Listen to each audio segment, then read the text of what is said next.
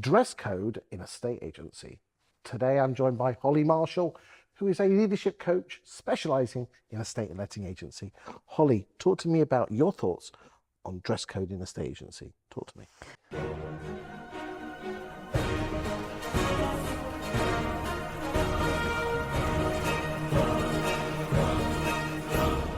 My thoughts, I came back really confused after COVID. Really confused. I was brought up that when you go to work, you are suited and booted and you dress in business attire. And that affected the way I thought, the way I behaved. And then suddenly everybody came back to work in trainers and more of chill kit. And I got really confused by it. I really did. I didn't know what to do. I didn't know what the right answer was. So I tried to go down the smart casual route. Chris, it doesn't work for me. I didn't feel comfortable.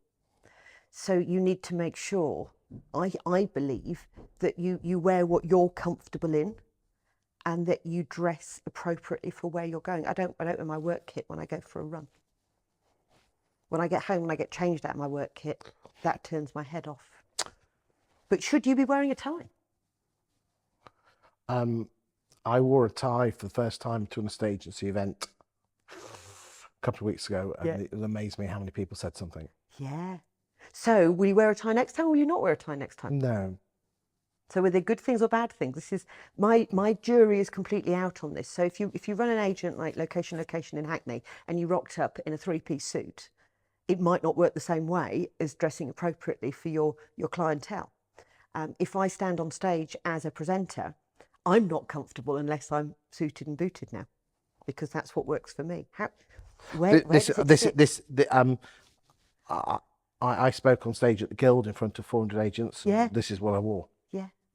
It's what I feel comfortable. You know. Yeah. I don't think we need to wear ties. I think you have to show the respect due to the person that you're in front of. So if you're, if I was in jeans and t-shirt, that would be different, wouldn't it? Yeah. Well, I went to a LinkedIn learning conference where they were in front of a huge amount of people, and not the outside speaker, but the very senior member of staff from LinkedIn Learning was in jeans and t-shirt and trainers.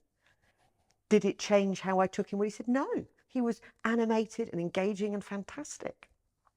So I think we're not sure we have a dress code anymore, do we? I think it's just respectful. So what would your message be to estate agents about dress codes? Do you think we've gone too far? No, I don't think we've gone too far at all. I think... Have we gone far enough? I don't think we have allowed people to make their own choices enough.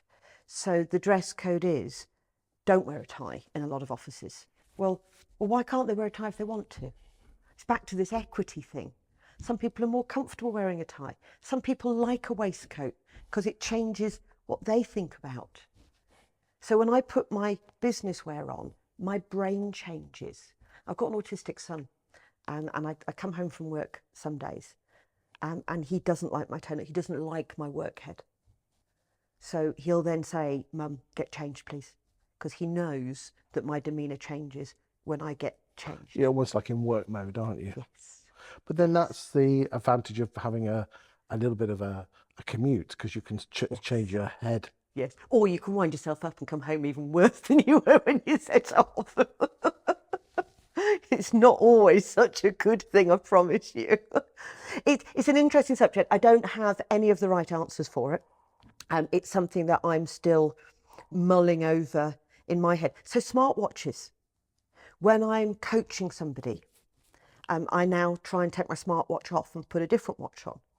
So today, before we started this day, I put this in aeroplane mode. Are they a good thing or are they a distraction? So when I'm in the training room, I say to people, put your phones and your laptops away. They all put that away and then they spend the rest of the session like this. So I'm having to now add smartwatches to that. I like the smart casual look on other people.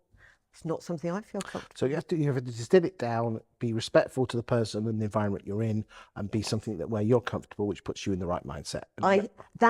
That's the approach I have now adopted. Ask me in a year's time and I'll tell you whether it's working or not.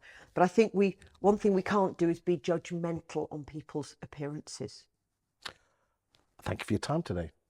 Welcome. Thank you.